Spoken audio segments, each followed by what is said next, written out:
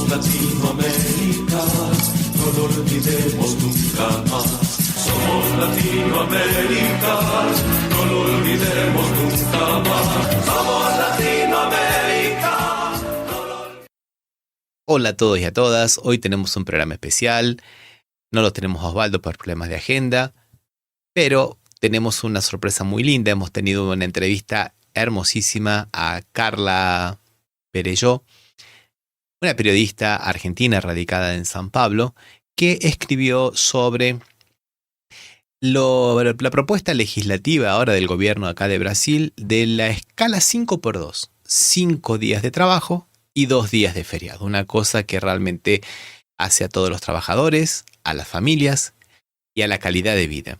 También vamos a hablar de esta visita de este personaje siniestro en la Argentina, de Peter Thiel, el hombre de Palantir, el hombre de la inteligencia artificial descontrolada al servicio de la guerra. Como él mismo dice, no se preguntan cuándo la inteligencia artificial va a crear armas de guerra, sino qué inteligencia artificial las va a utilizar.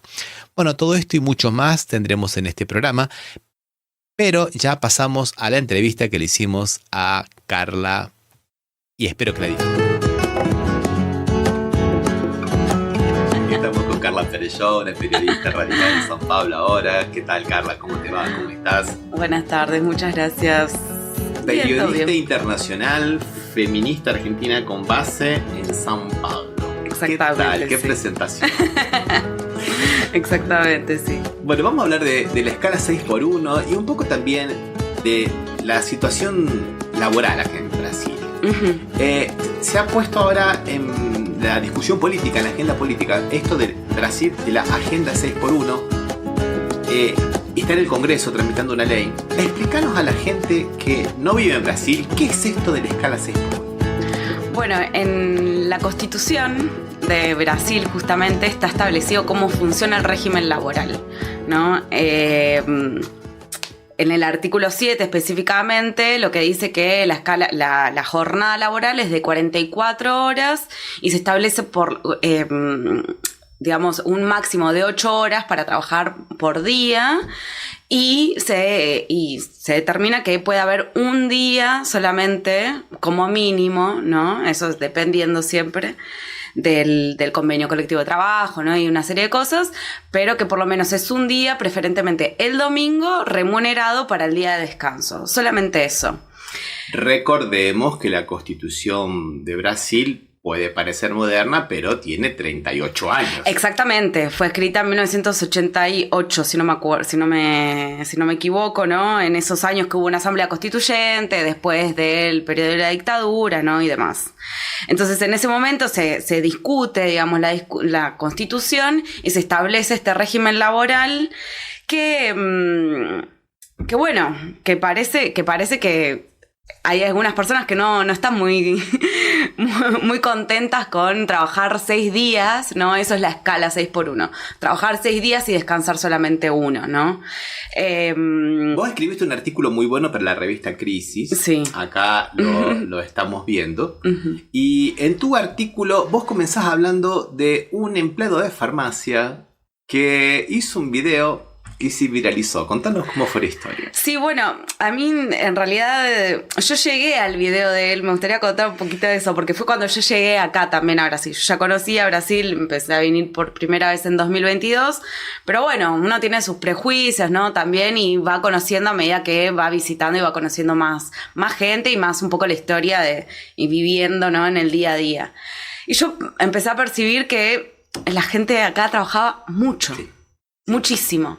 Y empecé a prestar atención a esas cosas. Entonces empecé a buscar información y me encuentro con este video de Rick Acevedo, ¿no? Ricardo Acevedo, un empleado de farmacia, nacido en Tocantins, que es uno de los estados del centro, ¿no? de Brasil, uh-huh. Que se mudó a Río de Janeiro y trabajaba en una farmacia. Y siempre había querido estudiar en la universidad y no conseguía estudiar.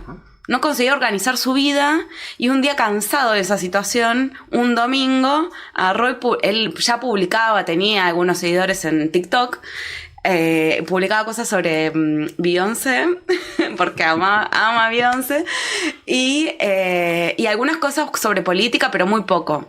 Y un día haces como esa suerte de descargo, ¿no? Diciendo, ¿cuándo nosotros, la clase trabajadora, nos vamos a rebelar contra este sistema esclavista? Claro. Lo plantea de esa forma él directamente. Son menos de 2 minutos de video que en instantes se viraliza, y en instantes también eso hace que se genere una discusión que salta de las redes, ¿no? De las redes sociales, en donde, digamos, no sé, por ejemplo, hubo una abogada laboralista que le responde, entonces empezó a generar todo ese diálogo en las redes sociales que rápidamente se convirtió en un grupo de WhatsApp y en una red de activistas organizadas alrededor de Brasil para decir, la verdad que tenemos que terminar con este régimen laboral que afecta principalmente a mujeres, principalmente a mujeres negras, a la población negra más también en particular, que es por lo general la que tiene menos acceso a una educación, ¿no? La que por lo general tiene menos posibilidad de ascenso social, ¿no? También si recordamos más o menos cómo es el mapa de Brasil, muy rápidamente, ¿no? El 70% de la población más pobre, dentro de los pobres, es negra y está ubicada en el nordeste de Brasil, ¿no? O por lo menos ese es más o menos el mapa, así como está armado según el IBGE. Y bueno, y Rick era una de esas tantas personas, digamos, afectadas por ese sistema. La gente que trabaja en farmacia, que trabaja en shoppings, que trabaja en comercios, que trabaja en aeronáutica también, ¿no? Hay distintos sectores que son los más afectados, ¿no? Por esta escala, ¿no? Que se le llama la escala 6x1. Y bueno, y de ahí surge, digamos, esa organización en la que arman un petitorio para pedir que se modifique este régimen laboral. Eso fue el comienzo. Ese fue el comienzo. Ese comienzo dispara dos cosas.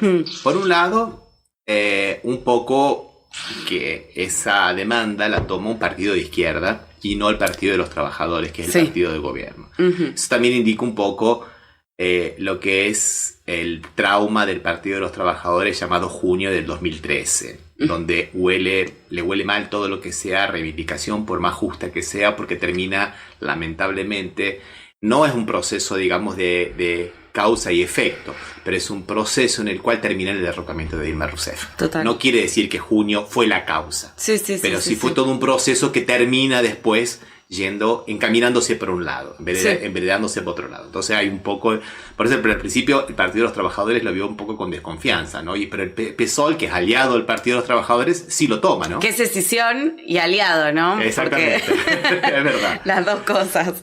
Claro, en realidad lo que pasó, digamos, Rick siempre había sido, yo hablé con él, tuve la oportunidad de intercambiar algunos mensajes con él, y es lo que dice que siempre fue una persona que con inquietudes políticas, ¿no? Y con la intención de estudiar en la universidad, no había querido estudiar periodismo, quiso estudiar enfermería, quiso estudiar marketing, y bueno, por esta situación justamente de tener que sobrevivir y para eso tenía que trabajar, nunca pudo terminar ninguna de esas carreras. Entonces él mismo se afilia al PSOL y inicia una carrera política que es meteórica, porque eso fue, digamos, el video, él creo que lo publica, no sé, septiembre de 2023, 2024 ya había elecciones regionales acá en Brasil, y él se postula como concejal. Y es el concejal más votado del PSOL en 2024. Y no solamente eso, fue el más votado a pesar de prácticamente no tener recursos. O sea, si recordamos acá en Brasil, ¿no? Existen las candidaturas uninominales, en donde podemos saber más o menos qué cantidad de financiamiento no tuvo, más o menos no, se puede saber qué financiamiento tuvo cada candidatura, ¿no? Bueno, Rick no tuvo prácticamente nada de financiamiento. Y consiguió todo eso. Bueno, de alguna manera después el Partido de los Trabajadores lo toma para sí. Exactamente, sí. Lo que hace él es presentar su primer proyecto, él se lleva a trabajadores mismo, ¿no? A su gabinete, y lo que hace es presentar un proyecto para Río de Janeiro, justamente, porque él es electo concejal en Río de Janeiro, y para terminar con la escala 6x1 para los trabajadores tercerizados de la ciudad. Ajá. Eso es lo que hace. Y lo que pasa después es que Erika Hilton, ¿no? También del PSOL, ¿no? Recordemos también una de las primeras personas travestis trans que entra al Congreso de la Nación en 2022.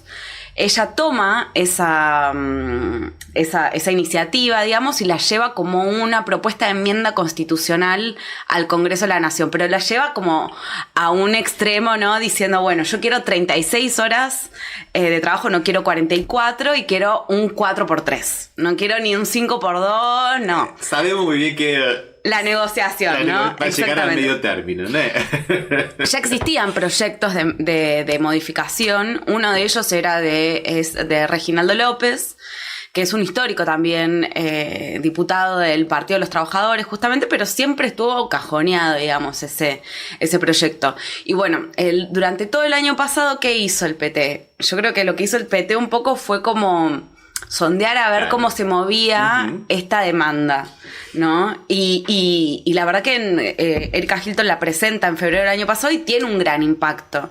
Y yo por lo menos no sé si a vos te pasó, pero yo fui a algunas movilizaciones que no tenían que ver directamente, porque hasta ahora no había habido como movilizaciones específicas, que yo sepa, ¿no? Por el fin de la escala 6x1, sino, por ejemplo, no sé, contra la amnistía de Bolsonaro, una marcha así, no sé, el 8M. Contra la ley que querían para la impunidad de los diputados. También, y de repente ahí vos veías algún cartel que decía fin de la escala 6x1. Yo quiero destacar dos cositas, porque dije que disparaba dos cosas. Sí. Una, el lado político, que después nosotros podemos profundizarlo más, pero también quería ver el lado sindical. Sí. Porque es muy importante la escala de la escala 5x2. Posiblemente para una persona que vive en el interior y que demora 15 minutos para ir de su casa al trabajo en bicicleta no le hace mucha diferencia. Pero sabemos muy bien que los que vivimos en las grandes metrópolis, desplazarse desde la vivienda hasta el trabajo a veces son 3 horas para ir y 3 horas para volver. Total. Entonces, si uno tiene que además hacerlo el sábado para trabajar 4 horas y ganar por 4 horas, puede llegar a terminar trabajando 10. Sí. O sea, las distancias son muy largas. En una ciudad como San Pablo está todo demasiado concentrado en determinados barrios y tenemos los famosos barrios dormitorio. Sí. Gente que están muy alejados, o en la zona sur o en la zona este. Sí. Entonces, es una reivindicación muy fuerte para la vida de los trabajadores. Totalmente. Bueno, perdón, claro, una cosa que no estamos diciendo, que no dije desde el principio, que el movimiento que crea Rick es vida além do trabalho. Claro. Tipo, es la vida más allá del trabajo, es la reivindicación del disfrute, del ocio, del tiempo. Él en su video se quejaba de no tener tiempo ni ganas, ¿no? De limpiar su casa, de encontrarse con sus amigos, de salir para hacer un paseo, porque es tipo domingo y no quiero hacer nada y estoy totalmente quemado. Es como el burnout, ¿no? También, ¿no? Como es llegar a ese punto. Y él incluso habla en su video, así como muy rápido, no me quiero imaginar una persona con hijos. Claro, bueno, no me quiero imaginar una mujer con hijos, ¿no? Claro, también es. Claro. Porque es eso, la mujer termina teniendo triple jornada laboral. Y si contamos lo que vos decís como el viaje, es peor. Y pensando en esto que decías, ¿no? De las grandes distancias y demás, como decía, ¿no? Yo, lo primero que empecé a percibir, yo viví un tiempo en una ciudad con una mina, ¿no? En Minas Gerais justamente, y ahí conocí gente que vivía a 5 horas de la ciudad en la que trabajaba y quizás trabajaba 6x1, pero decidía y organizaba con sus propios jefes, porque la ley, la flexibilización de la ley, ¿no? Permite un poco eso, de otras reformas que hubo, ¿no? Que podemos después hablar en 2017, permite que los trabajadores puedan arreglar con sus propios jefes, bueno, no sé, este franco lo voy a trabajar, no sé, 5 francos seguidos y después me tomo una semana total de descanso. Y conocí gente que trabajaba 8 horas por día durante, no sé, un mes, sin tener un franco, para después poder tener 7 días seguidos de descanso en su propia casa, ¿no? Que queda 5 horas de la ciudad en la que trabaja. Y eso me pareció como... Es una locura. Y después, no sé, hablaba con un chico que también... Hablé con un chico que vive en Paraná, ¿no? En el sur de Brasil, que me contó su primera experiencia de trabajo 6x1, que trabajaba los sábados en una heladería. Y, o sea, trabajaba todos los días, pero bueno, era en una heladería, en un emprendimiento familiar, qué sé yo, y lo obligaban a ir los sábados, ¿no? Por esto de que había que cumplir sí o sí con la escala 6x1 y con las 44 horas semanales. Y los sábados tenía que ir a hacer nada, me decía prácticamente, a marcar tarjeta. Y él veía que se podía organizar durante la semana quizás para no ir un sábado. Pero bueno, estaba esa cosa de, bueno, no, vamos a cumplir con esta escala que sí o sí hay que cumplirla, ¿no? Ahí viene la segunda cosa que se dispara. Ya vimos un poco el lado político, ahora viene el lado sindical. O sea, ¿qué ha pasado por ahí que les ha pasado al costado a los sindicatos y nadie ha tomado esta propuesta? O sea, hay como una especie como de, no voy a decir de anestesia, pero sí hay una cuestión de que, bueno, nos estamos durmiendo un poco, ¿no? Porque la realidad de los trabajadores es de todos los trabajadores. Sí. Yo creo, no sé, no me animo a decir qué les pasó para al lado, porque por ejemplo el sindicato de los metalúrgicos, ¿no? Ajá, el histórico sindicato de los metalúrgicos, de que fue secretario general el presidente Lula, y que ahora hasta hace poco, no sé si ya hubo cambio de mando, pero estaba Moisés Legrés, ¿no? Yo hablé con él, bueno, en el sindicato de los metalúrgicos del ABC, Paulista, tiene 5x2 hace bastante tiempo, y tiene 40 horas. Esta es una medida que se viene implementando, ¿no? Que de hecho el Ministerio de Trabajo lo confirma, ¿no? Que se viene implementando en distintas áreas. Buenísimo. Se viene implementando en el área de tecnología, por ejemplo, también en el sur, también en Paraná, ¿no? Ahí los sindicatos esos lo consiguieron. Pero como decís, o sea, y como justamente mencionaba hace un ratito, hubo una reforma laboral en 2017 de la mano de Temer. Es el legado de Temer. El legado de Temer, exactamente, que es el legado del golpe. Claro. Del golpe a Dilma, ni más ni menos. ¿Qué es lo que genera esa reforma, no? Es básicamente el debilitamiento total de los sindicatos. Exactamente. Eso es lo que genera. ¿Cómo lo hace? Lo hace quitando el fondo sindical, lo hace permitiendo trabajos intermitentes, tengo acá mi machete, permiso. Son muchas las maldades, las maldades de la reforma Temer. Sí, son muchas. Sí. O sea, eso es como un repaso muy, muy pequeño, ¿no? Pero básicamente yo creo que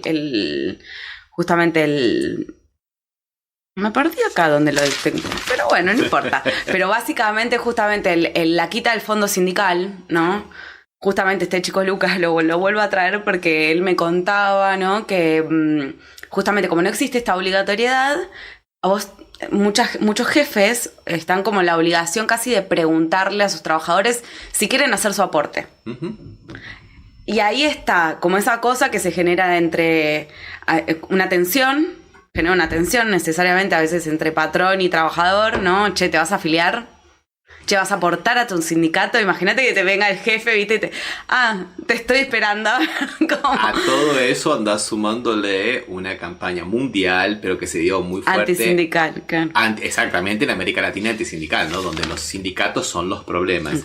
Y ahí venía una de las cuestiones, porque las patronales reaccionan, ¿no? Claro. Y una de las reacciones a mí me llamó mucho la atención, Carla, porque es muy parecida con lo que plantea la reforma de Milei en Argentina, que se discute empresa por empresa, no exactamente. Sindicato. Sí, eso es lo que quieren. Bueno, yo creo que es parte de una estrategia, ¿no? Claro. Primero el debilitamiento, ¿no? Sindical, y después, bueno, vamos a negociarte empresa por empresa, y saben que los sindicatos muchos sindicatos no tienen la fuerza necesaria. De hecho, lo asume Legrés, lo asumen desde la CUT, lo tienen muy claro, digamos. Yo hablé también con la FENATI, que es la Federación también de Trabajadores de la Tecnología, ¿no?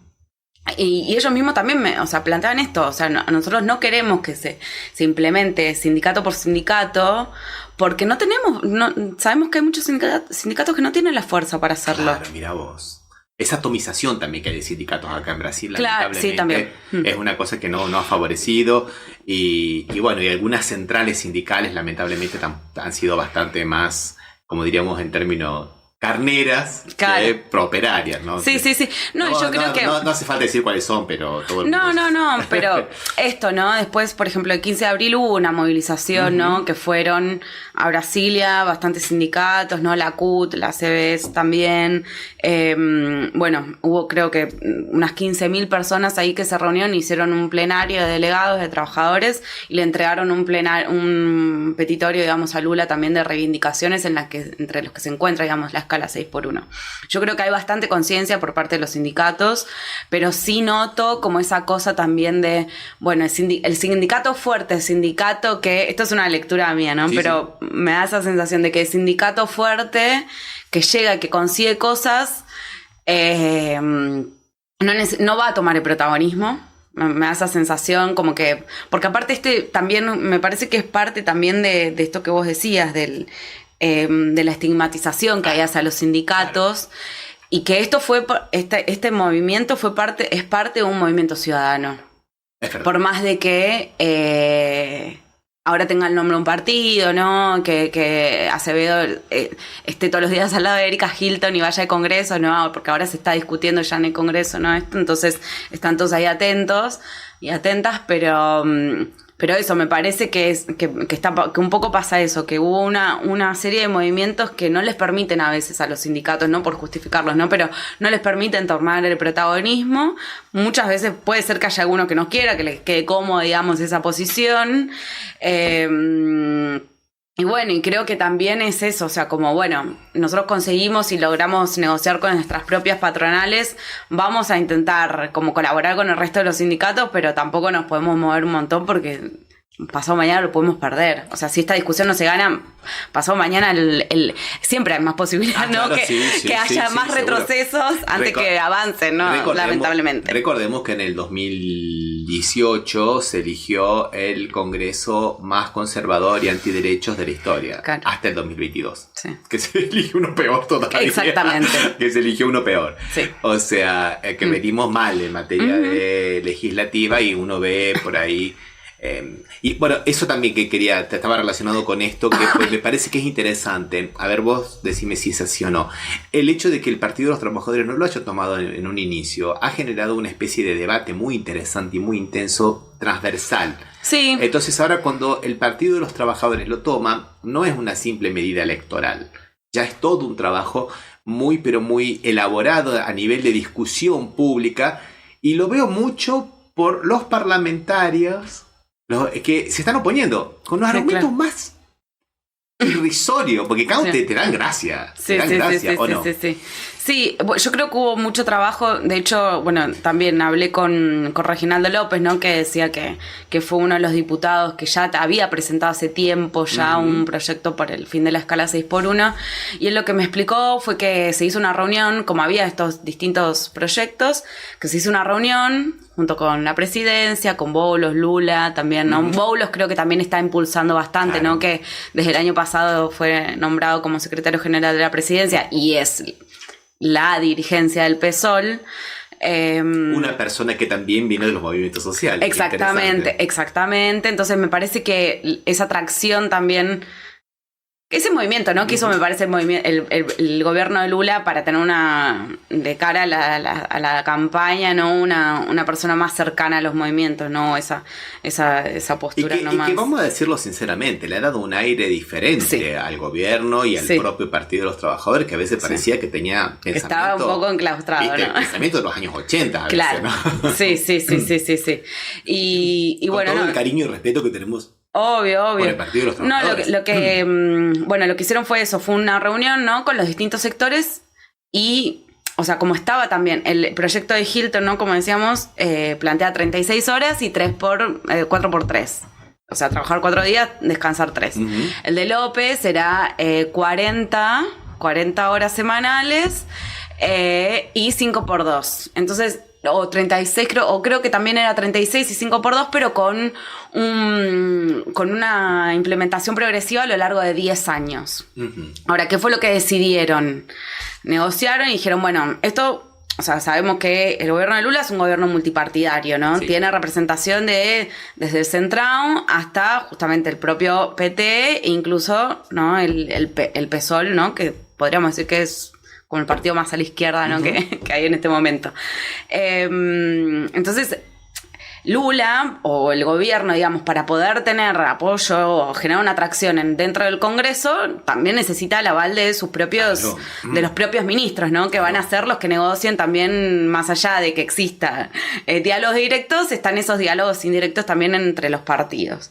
Entonces lo que hicieron fue negociar las 40 horas y el 5x2 para implementación inmediata. Entonces la discusión está ahí, digamos, en este momento, pero lo que hizo me parece lo que está haciendo el gobierno es un poco eso, es esa negociación. Me olvidé la pregunta que me habías hecho, pero creo que iba por ese lado. No, está muy bien la respuesta, está muy bien. Y vos apuntás en tu artículo una cosa que también marca un poco este divorcio que hay entre la sociedad y el Congreso, ¿no? Según tu artículo, 71% de la población es a favor de que haya 2 feriados, digamos. Claro. Y el 70% de los diputados y senadores están en contra. Eso es terrible. Esos números también que me parece que... Bueno, me parece que es el espejo también de la desigualdad en Brasil. O sea, Brasil es uno de los países más desiguales de la región. Y eso se ve en la calle y se ven los números, digamos, en las encuestas. El año pasado en algún momento había buscado también información sobre cuánto ganaba cada diputado, cuál era el patrimonio de cada diputado. Y es una locura, o sea, no es algo que... O sea, creo que en Argentina hay como... Bueno, ahora ni hablar, ¿no? Pero creo que hay algunos...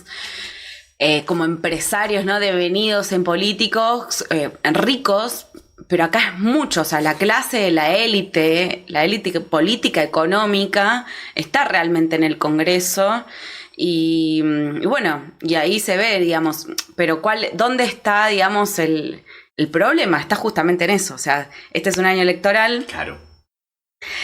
Y a muchos, y acá justamente como los diputados, ¿no? Representan, es medio como en Argentina los senadores, ¿no? O sea, si el diputado vota en contra de la medida popular, su base política lo va a saber y no le va a gustar mucho. Y si 71, o sea, creo que es una demanda que que es tan transversal, ¿no?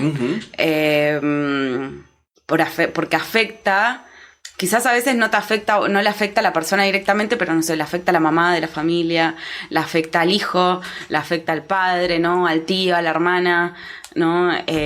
Esto que vos decías al principio, yo conocí una señora, no sé, que tenía unos 60, 70 años, porque también están otras cosas que empiezan a entrar en juego, ¿no? Las dificultades para tener una jubilación acá. Entonces las personas que trabajan hasta los 78.000 años. Sí. Entonces tenés una señora que trabaja como... Que limpia casas, ¿no? En casa particular, que viaja 3 horas por día, 6 veces por semana. Sí. Y, o sea, nada, son cosas que creo que son inhumanas, o sea, realmente son inhumanas, ¿no? Entonces, por eso me parece tan interesante también que se ponga el ocio sobre la mesa, que se ponga la calidad de vida. La calidad de vida, claro, Por eso me pareció muy interesante el artículo, el nombre que le pusiste. Me pareció muy interesante. Es que es eso, es el derecho al descanso. Claro. El derecho al descanso, el derecho al ocio, el derecho a poder estudiar, ¿no? También a tener un momento de creatividad y no convertirte en una máquina solamente que vive para trabajar. Vos citaste al diputado Reginaldo López. Sí. Y él apuntó, en tu artículo lo pones, que el desempleo es histórico, es bajísimo, 5,1%. Pero que sin embargo hay casi 39 millones, 38,8 de personas en la informalidad. Eso también es un poco un clima de época, ¿no? Porque esta cuestión de la uberización, de soy mi propio patrón. Exacto. De que es producto también de la reforma, ¿no? Claro que sí, de la reforma. Pero la gente, ¿vos crees que elige la informalidad por una cuestión de, bueno, es lo que hay y lo asumo? O y si hubiera otra cosa, vos pensás que irían a un trabajo formal? Porque uno toma un Uber, por ejemplo, ¿no? Y esa persona está sumamente convencida de lo que está haciendo, pero en el fondo vos cuando empezás a preguntar y a preguntar y a preguntar y cuáles son los problemas y vos te das cuenta que esta persona está diciendo eso porque está resignado. Claro. No, yo creo totalmente sí, o sea, tampoco no te digo que hablé con un montón de gente, pero en mi sondeo personal que intenté hablar con personas que no son de mi círculo, ¿no? Uh-huh. Sí, pude hablar con personas que eligen la informalidad, o sea, que es como lo plantea el diputado, ¿no? Que él mismo incluso trabajó en las escalas 6x1, entonces uh-huh. Eso también le da un poco de calle, ¿no? Como diríamos nosotros. Eso, que hay gente que elige la informalidad, o sea, es trabajar sería como autónomo, ¿no? Uh-huh. O como monotributista, digamos, en Argentina. Elige eso para poder organizarse su propio tiempo. O sea, y resigna derechos, porque resignás obra social, ¿no? Resignás determinadas cosas. Resignás todo, derecho a una jubilación, sí. Derecho a una obra social del sindicato normalmente, que suele haber, no hay de sindicatos, pero cada empresa suele tener una obra social. Acá, al Sesqui. Bueno, acá sinceramente, si un pobre entregador de pizza tiene un accidente con la moto, va al hospital público y a la fila. Claro. Sí. Que no es malo, pero, obvio. Pero no tiene ninguna red de seguridad social. Sí, total. Sí, yo creo sí que lamentablemente que hay gente que mucha gente también se ve forzada, porque aparte no es que esa gente a veces no tiene un solo trabajo. Claro. Tiene varios, no sé, trabaja en un Uber o tiene un trabajo CLT, como se le conoce acá, ¿no? El trabajo formal, y aparte tiene sus otras changas. ¿no? Ahora una de las modalidades que yo no sabía charlando con uno de estos conductores de aplicativos, trabajan para varios aplicativos en varias funciones. Entonces, a veces son entregadores de objetos para una aplicación, pero al mismo tiempo, si no tienen objetos para entregar, están transportando personas si les aparecen. Entonces, vos fíjate que es el multitasking del multitasking. ¿Viste? Me hace acordar un poco, bueno, vos sos muy joven, no te acordás. En Argentina, cuando uno se subió a un ómnibus y tenía todo un rollo de boletos que tenía que...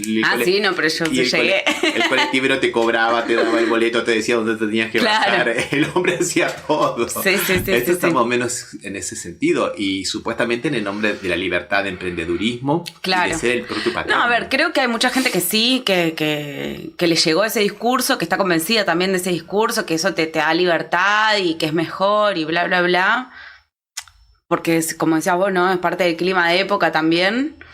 Pero yo creo que si a cualquier persona le hace, o sea, no sé, me parece lo más, no quiero usar la palabra normal, pero me parece que lo más racional incluso es como, bueno, te ofrezco que trabajes 7 horas por semana, 7 horas por día, 5 veces a la semana, tenés obra social, tenés derecho a la jubilación, tenés esto, tenés aquello, o trabajás por una aplicación, no tenés derecho, no tenés esto, no tenés nada del otro. ¿Qué elegís? Claro, o sea, claro. Me parece como... Entonces no sí, realmente... No hay mucho para pensar.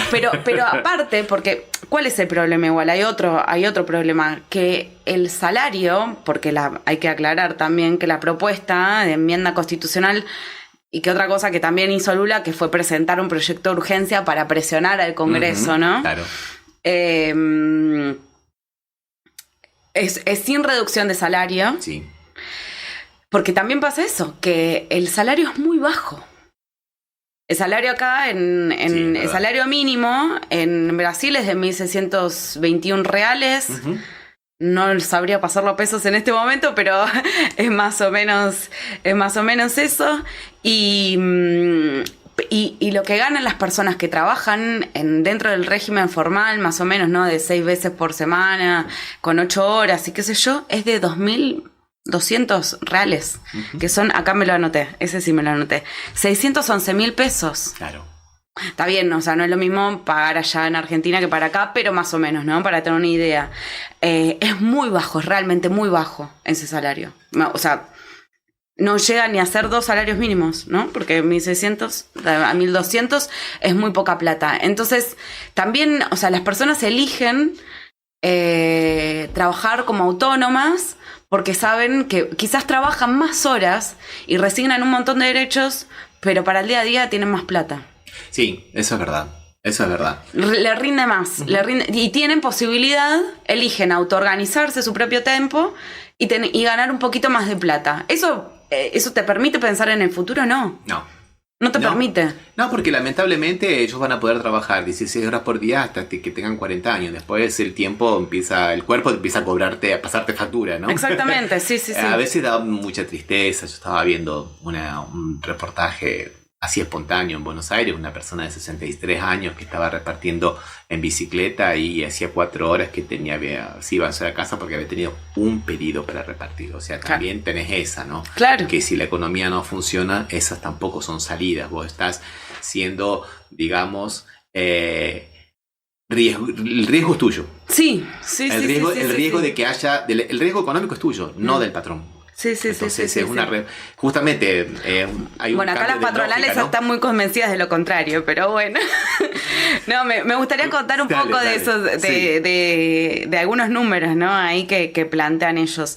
Ellos dicen que el costo de hora trabajada va a aumentar un 22%. Ajá, qué interesante. ¿De dónde sacaron 22%? Es un cálculo que ellos hacen porque que en donde incluyen que hay más impuestos, que no están pensando, que va a haber más presión del costo sobre bienes y servicios, por lo tanto va a haber inflación, ¿no? Ellos hacen esas cuentas. Ajá. Y se basa justamente en que no hay mano de obra. Yo te diría, ya nomás para eso te diría otra, ¿no? Es verdad que hay pleno empleo, no hay mano de obra, pero también es verdad que parte del salario en Brasil se compone de salario en especie.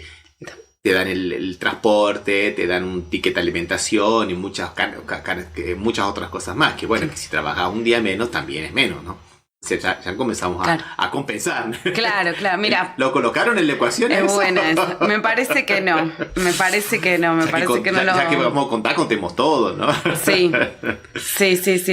No, bueno, y eso, y me parece que, o sea, ahí la FIESPI, ¿no? Como FEComercio, que es otra de las federaciones, sí, Paulo ¿no? Scaffy. Vos lo nombrás a Paulo Sí. Scaffy. Paulo Scaffy para mí es uno de los fantoches más grandes que hay. Una persona que un día dice una cosa, al día siguiente otra. Es el presidente de la Federación de las Industrias del Estado de San Pablo, siendo que él no es industrial. Bien. Hace años que él tenía una vieja hilandería y fue a la quiebra. Claro. Hace años que él es el presidente y el discurso que dijo es absurdo, ¿no? O sea, siempre sobre la base de lo que es, digamos, el deseo de la teoría económica y no sobre los datos concretos. O sea, no, y lo más gracioso, él fue candidato a gobernador inclusive de acá de San Pablo. Claro, ¿no? Bueno, lo más paradójico, por poner una palabra correcta, es que por lo general la mayoría de las industrias ya están en la escala 5x2. Mirá vos. Ya trabajan en la escala 5x2. Y según los sondeos hechos por el Ministerio de Trabajo, ¿no? Ajá. De acá de Brasil, la mayoría de las industrias ya redujeron la escala. Quizás no redujeron la cantidad de días, quizás no redujeron la cantidad de horas. Ajá. Y la batalla también está ahí en este momento, pero sí, la mayoría ya lo redujeron y no necesariamente eso significó un impacto negativo en esas empresas. Hay un sondeo que también presenta el Ministerio de Trabajo de la Fundación Getúlio Vargas, uh-huh, que hicieron sobre 19 empresas, que dice que el 72% de esas 19 empresas aumentó sus ingresos. Mirá vos. Que redujeron, ¿no?, la jornada, uh-huh, laboral. Y el 44% pudo identificar mayores cumplimientos, ¿no?, en la producción. Es un montón. Es mucho, ¿no? Es muchísimo. O sea, es beneficio realmente, ¿no? Y después me viene con una cifra trucha del 22% de cada hora, que no sabemos de dónde sale ese dato, porque quiero que me presenten. Pero bueno. A mí no me lo dieron, no me dieron el detalle de cómo estaba hecho ese número. Pero nada, a mí me parece como una discusión que es como súper enriquecedora, pero, o sea, sí también creo, ¿no?, que el gobierno de Lula necesita, ¿no?, una bandera también para poder levantarse. Claro.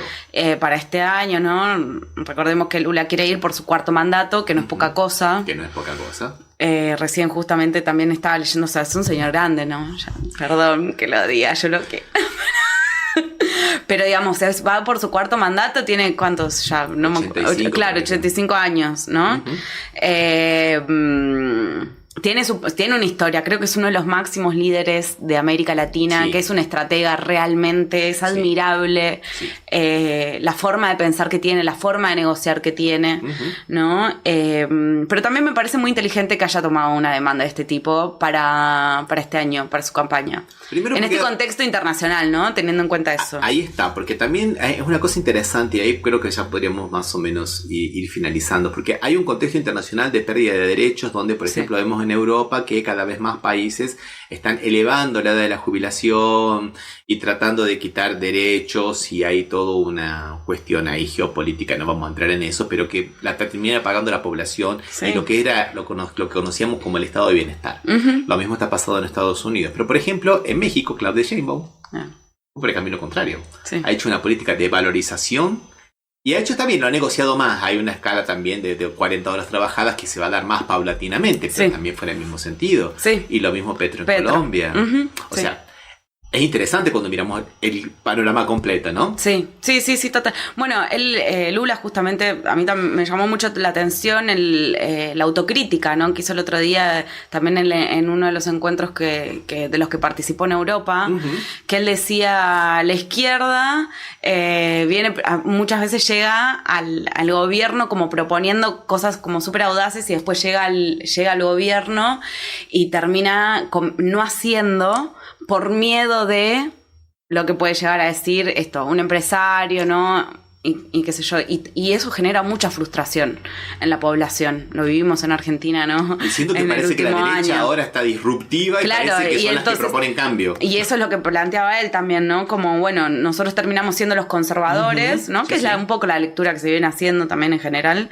Como la izquierda terminó siendo la conservadora y la extrema derecha, porque no es la derecha, es el filonazismo, el fascismo y la extrema derecha se plantea, ¿no? Como un movimiento de vanguardia, que no lo es, la verdad, ¿no? El problema es que yo creo que eso que sí, que Lula en ese sentido, que creo que está bueno que un líder regional latinoamericano con la historia como la que tiene él, que es un personaje, ¿no? que ha hecho sus alianzas también, claro, incluso para este propio gobierno, ¿no? Con Alckmin, siempre ha sido un gobierno de alianzas, que se anime, ¿no? Y que se ponga al frente de un discurso que no debería llamarnos la atención, pero no deja de ser, ahora sí, de decir, de ser un poco casi rebelde, ¿no? Y eso me parece interesante y creo que marca también el pulso de lo que hacia dónde tenemos que mirar, sobre todo si esta campaña llega a salir bien, ¿no? Después están el resto de las situaciones, ¿no? De los medios todos en contra, ¿no? Porque acá no vi, o sea, ves 2 noticias a favor del 5x2 y 5 en contra, ¿no? De lo mal que le va a hacer a los shoppings o no sé qué. Bueno, siempre hay una excusa para el caso particular bastardear. Que te toman un caso particular de la pobre. Claro, exactamente. Que era más o menos los mismos discursos que se hacían al principio del siglo XIX cuando se proponía el domingo, el descanso dominical, que eso iba a quebrar las industrias y que eso iba a crear una especie de degradación moral, porque iba a hacer que la gente se acostumbre a cobrar por lo que no había hecho.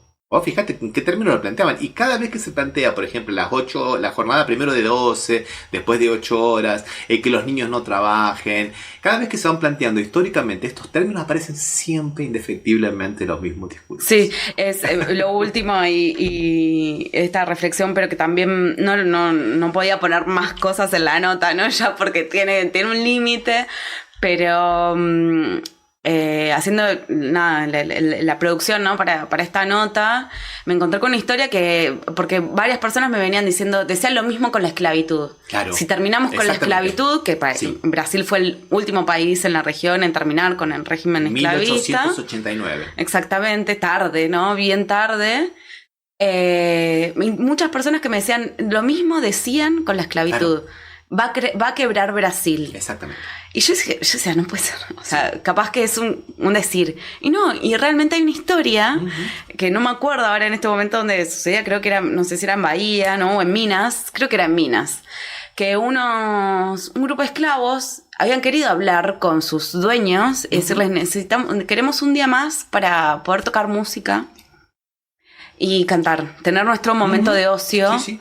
Y bueno, y ellos se terminan revelando, eso es como que terminó siendo como el principio del fin de la esclavitud, esa propia historia. Y bueno, y es eso, ¿no? Este régimen laboral, cuando escuchamos que tiene reminiscencias del régimen esclavista, es real. Claro que sí. Y eso a mí también me parece como muy, muy fuerte en un país, ¿no? Como Brasil, que tiene la historia que tiene y que creo, o sea, justamente me parece todavía más importante todavía que se esté dando esta discusión en este momento. Me parece totalmente conmovedor y sensible, o sea, me parece, ¿no? Como todo eso. Ahora hay que ver cómo el gobierno de Lula, ¿no? Transmite estas ideas, ¿no? a la totalidad de la población, que les haga entender que no solamente, como dijiste vos, es una pauta o es parte de una agenda electoralista, sino que realmente es parte de una reivindicación que la población necesita y que le va a hacer bien, o sea, va a estar bueno. Va a estar bueno. Vamos a dejar el link del artículo tuyo en la descripción del video. Carla, fue un gustazo tenerte. Esperemos que vengas más veces a Café Mercosur. Y felicitaciones por el artículo. Muchas gracias por la charla. Muchas gracias a vos. Bueno, y ahora vamos a hablar un poquito de esta visita de Peter Thiel a la Argentina, que se reunió con figuras muy importantes, como por ejemplo Santi Caputo, el hombre que hace todo dentro del gobierno de Javier Milei, y que entre otras cosas maneja la Secretaría de Inteligencia del Estado, la CIDE, y después se reunió el día jueves 23 con el propio Milei. Pero vamos a comenzar por la CIDE, porque en realidad las empresas de Peter Thiel, Palantir, que significa la piedra vidente en El Señor de los Anillos, tuvo su primer contrato con las agencias de la CIA y también del FBI. Lo que ellos hacen es hacer entrecruzamiento de datos, algo muy pero muy peligroso. ¿Por qué es peligroso? Porque para hacer ese entrecruzamiento de datos necesitan todos los datos disponibles de todas las plataformas que haya. Desde las cámaras de tránsito hasta los registros de los hospitales, de las universidades, de las escuelas. Es una cantidad de datos impresionante. Y una vez que ellos entran en los diversos países, no salen. Es lo que se denomina los 4 pasos. Primero, entran con algún servicio barato, en una agencia normalmente. Se expanden hacia las otras agencias y luego aumentan lo que cobran por los servicios. Y después la puerta giratoria, que es ponen y sacan funcionarios de los diversos gobiernos en sus respectivas empresas. O sea, son como los virus. Una vez que entran es difícil sacarlos. Y tuvo, digamos, un decreto que fue de necesidad de urgencia de Milei, publicado el día 2 de enero. El decreto de necesidad de urgencia que reestructura la CIDE, la Secretaría de Inteligencia. Y ahí hace cosas muy, pero muy complicadas. Porque exactamente lo que Palantir o Peter Thiel necesitan para poder expandir sus negocios. Específicamente, ¿qué es lo que modifica el DNU 941-2025? Crea la Comunidad Informativa Nacional, o sea, unifica todos los centros de datos de los diferentes organismos del Estado, de la Cancillería, de los Ministerios de Justicia y Seguridad, del RENAPER, que tiene el registro de identidad de todos los argentinos, de la Dirección Nacional de Migraciones, de Aduana, de ARCA, que es el organismo que recauda la recaudación fiscal de la Argentina, de la CONAE, que se relaciona con las actividades espaciales, la Autoridad Regulatoria Nuclear, la Comisión Nacional de Energía Atómica y el Registro Nacional de Armas. Entonces el RENAR, ustedes imagínense con todos estos datos nuestros que tienen, qué son capaces de hacer y qué no son capaces de hacer. Hay que decir la verdad, el primer intento de Palantir no es ahora que aterrizó, que llegó de incógnito en un avión, que anda viajando por todos lados, sin que nadie se sepa. Compró una casa, una mansión ahí en Barrio Parque. Dicen que es una de las más lindas que hay. El primer intento lo quiso hacer Patricia Bullrich, cuando a través de la Secretaría de la Agencia de Seguridad Migratoria quisieron hacer un contrato con Palantir. Y bueno, ahí saltaron todas las alertas, ¿no? Karina Milei, que es la secretaria general de la presidencia, bueno, dijo, no, aquí, si no lo manejo yo, no. Y tiene razón, porque esta gente de Palantir, de Peter Thiel, en realidad no busca simplemente ofrecer un servicio. Ellos lo que buscan es moldear los deseos de la población. Ellos no creen en la democracia. Ellos piensan que sus ideas son demasiado brillantes como para que las mayorías burras e ineptas las adopten. Entonces lo que hacen ellos es manipular la información pública. Ríanse de lo que era Cambridge Analytica. Esto es un poroto. Esto es mucho más profundo de lo que era propia Cambridge Analytica. Y como decíamos, se reunió el día 20 con Caputo, con Santi Caputo, y el día 23 con el propio Milei, ¿no? Bueno, recordemos que hay una interna acá entre Karina Milei y Santi Caputo. ¿Qué es lo que va a pasar? No se sabe. Pero sí sabemos lo que está pasando, porque de alguna manera el gobierno ya está preparando el terreno, como dijimos, para lo que es el desembarco de Palantir en Argentina. ¿Qué es lo que busca Palantir?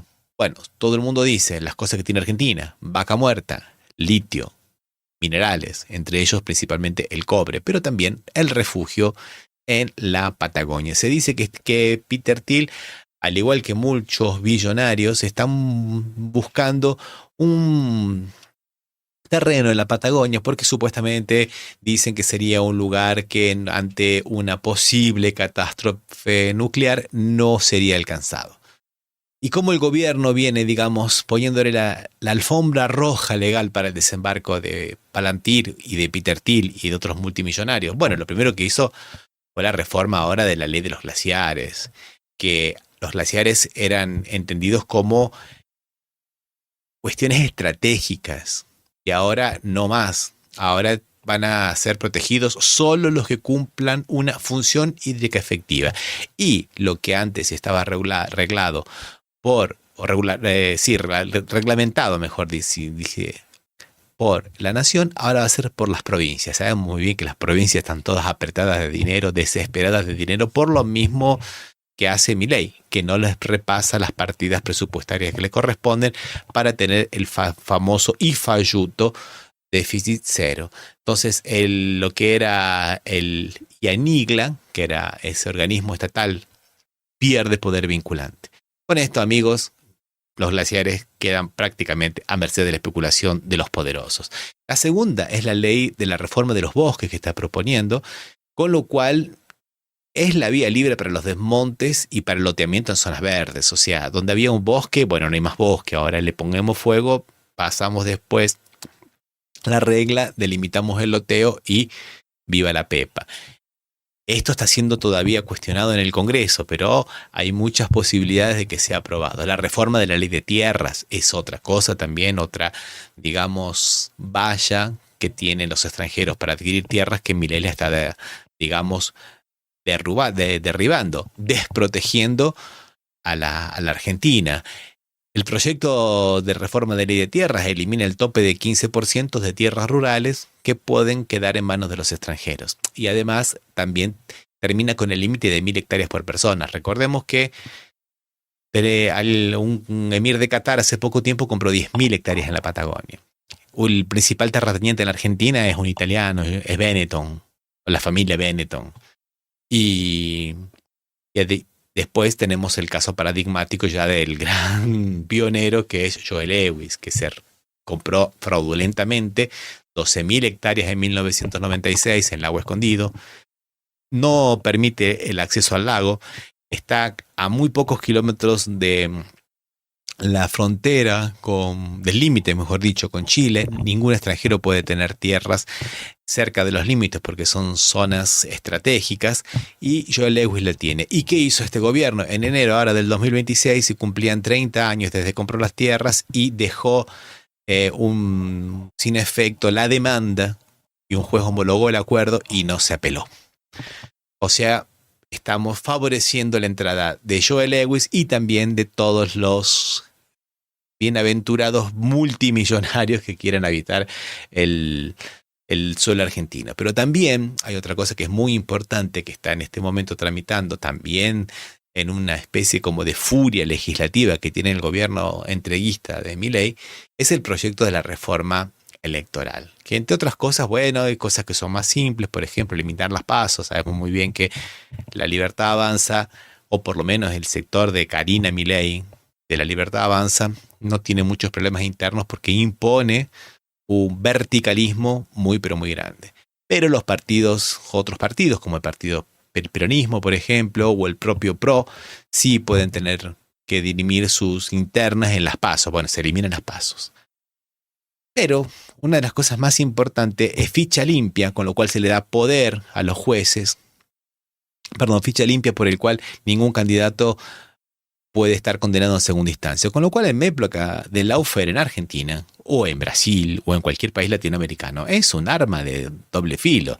Es entregarle al poder la decisión de quién puede ser candidato y quién no puede ser candidato. Esto es altamente peligroso. Pero lo más peligroso es que la ley permite que los aportes a la campaña se hagan por empresas sin importar de dónde vengan los fondos. Con lo cual, amigos, estamos justamente ante una de las cosas que postula Peter Thiel y esta nueva plutocracia, que es: los que tienen que gobernar son los ricos. Esto es una especie de aristocracia muy rara, porque Platón decía que, bueno, que la aristocracia gobernaban los sabios. Esa sería la aristocracia, digamos, ideal para él.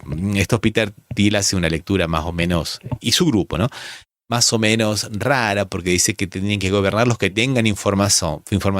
Bueno, ¿y cómo la tienen en la información? Si no es sobornando o entrando subrepticiamente en los gobiernos y con estos 4 pasos que decíamos, ¿no? Hacerse indispensables y terminar gobernando los propios gobiernos, que es lo que puede llegar a ocurrir.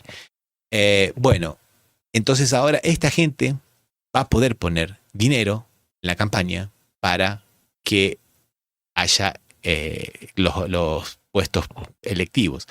Peter Thiel ya hizo un senador a Vance, actual vicepresidente de los Estados Unidos. Él le puso $15 millones para que se convierta en senador y lleve adelante sus proyectos. Esto es lo que está atrás de esta reforma electoral que propone Milei. Y que de alguna manera ya lo habían hecho cuando hacían las candidaturas de La Libertad Avanza. Cuesta tanto. El que tenga una buena idea tendrá un sponsor, decían ellos, y pondrá a poner la plata, $50.000, dependiendo de qué candidatura era. Ya lo hicieron ellos y ahora lo quieren hacer legalmente. Lo hicieron en la cara dura, ahora lo quieren hacer legalmente. O sea que cualquier mafioso pueda comprar sus candidatos y imponer sus candidatos en el Congreso. Esto no tiene absolutamente nada de democrático. Esto es una cosa muy, pero muy mala para todo el sistema republicano. Y esto, o sea, cómo nos van a gobernar, cómo nos van a manipular la subjetividad, es un tema muy, pero muy peligroso. Vamos a tratarlo más adelante cuando esté Osvaldo. En este momento solo quería dejar esa pequeña inquietud aquí para que veamos qué es lo que está pasando en Argentina. ¿Qué es este diseño coordinado para transferir activos estratégicos que son soberanos, que son de los argentinos, a intereses extranjeros? Es proteger el ambiente, la ley de los glaciares y los bosques para eliminar los argumentos legales que impedían la explotación minera y la explotación del mercado inmobiliario, ¿no? Principalmente en territorios hermosos como la Patagonia, la facilitación de la compra de tierras por medio de los extranjeros a través de la modificación de la ley de propiedad, eliminando tope, la legalización de la especulación, por ejemplo, cuando se reforme la ley del fuego, para que las tierras arrasadas entren rápidamente al mercado, Este precedente del caso Lewis hay que tenerlo siempre presente, porque es, como dije antes, ¿no? Es un poco el punto inicial de donde aparece todas esta invasión de multimillonarios extranjeros, la centralización de la inteligencia por DNU en la CIDE para entregar todos los datos a Palantir, y bueno, y también el desmantelamiento de la capacidad nuclear autónoma. También en esa cuestión de Palantir entra lo que son los registros de la Comisión Nacional de Energía Atómica, pero además este gobierno abandona el CAREM, que era justamente un proyecto autónomo de Argentina de hacer usinas nucleares medianas, y la integración al programa norteamericano FIRST, para asegurar de alguna manera la dependencia norteamericana del gran país del norte. Y esto, la reforma del sistema electoral, para garantizar la continuidad del proyecto, como mismo Milei dice, para que el proyecto continúe en el caso de que no haya un Milei. Y todo esto ocurre mientras Thiel pieza la Casa Rosada. Bueno, esperemos a ver qué es lo que pasa. La semana que viene nos encontramos nuevamente, estaremos con el equipo completo, estaremos con Osvaldo de nuevo, y bueno, les dejamos esta inquietud.